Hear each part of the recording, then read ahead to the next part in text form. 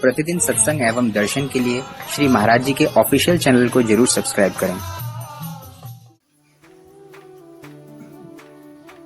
देखो, संत और अनंत,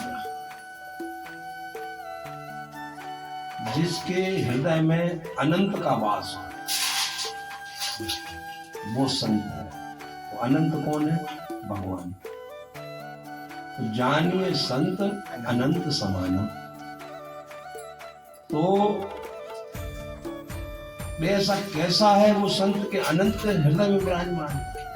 क्या है उसके अंदर? जोन के एक एक रोम में कोटि कोटि ब्रह्मांड समाये है, वो संत के हृदय में बैठा हुआ है।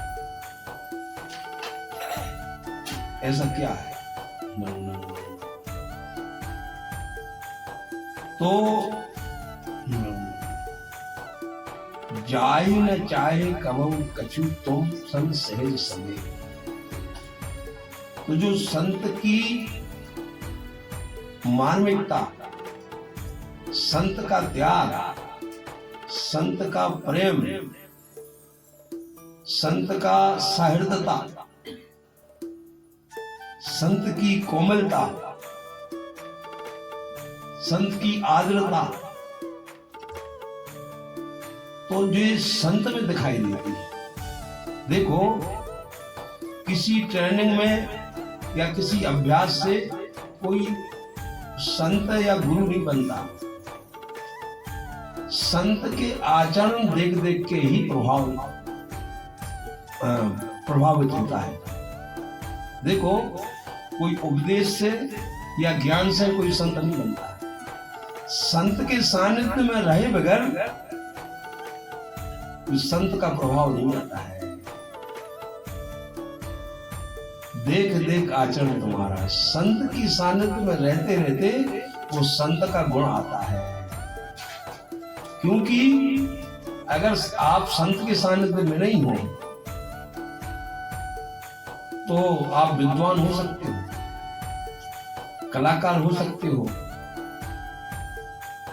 बड़े पदाधिकारी हो सकते हो, लेकिन आपके अंदर वो गुण नहीं आ सकते। कोई किताबों से या शास्त्रों से भी नहीं आ सकते, क्योंकि जब तक वो संत के सानिध्य में नहीं रहा। क्योंकि संत का एक दिव्य गुण भी अगर वो देख लेता है तो उसी दिव्य गुण से मगन हो जाता है। तो ऐसे हजारों गुण रहते हैं संत के अंदर। तो वो उस दिव्य गुण अनुभवी, जो अनुभव के साथ विराजित रहते हैं प्रत्येक संत में, और जब वो गुण का पता लगता है संत का, तो गुण ग्राही, तो जो सानिध्य में रहने वाला उसका प्रभावित हो जाता है। वहां से वो भी संत होना शुरू हो जाता है। तो वो साथ में रहते रहते, संत के सानिध्य में रहते रहते वो भी संत हो जाता है। क्योंकि संत का महान गुण, संत ना हो तो भगवान का पता नहीं लग सकता है, भगवान का अनुभव नहीं हो सकता है। तो जैसे मां के बगैर संतान नहीं हो सकती, इसी प्रकार संत का अनुभव नहीं हो सकता, भगवान का अनुभव नहीं हो सकता। संत की कृपा के बगैर भगवान का अनुभव हो।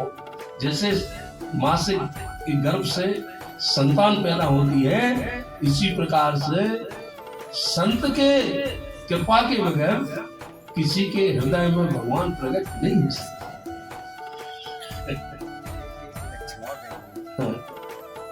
विगत काम मम नाम परायण। तो जो संत की जो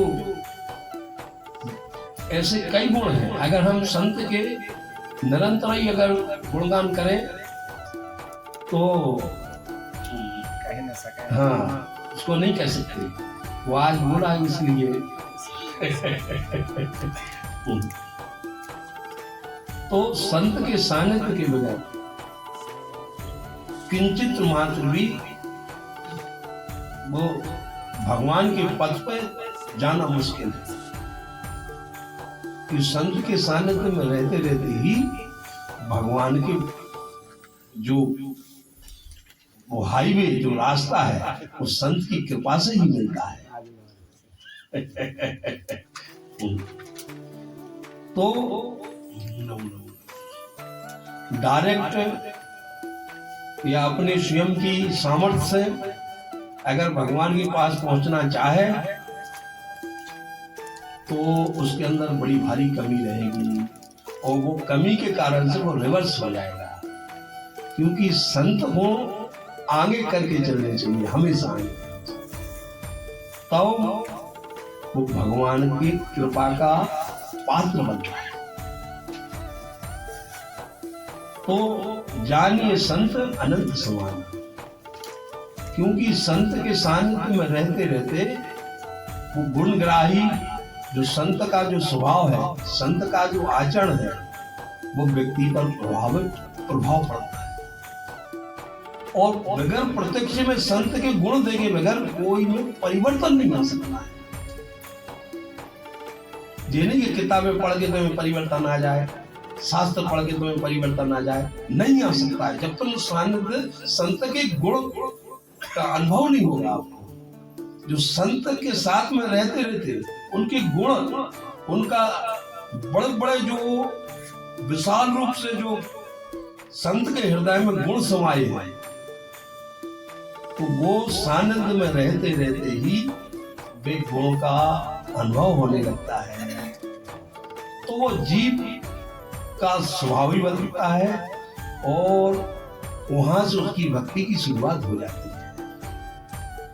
बोलो श्री सीताराम महाराज की।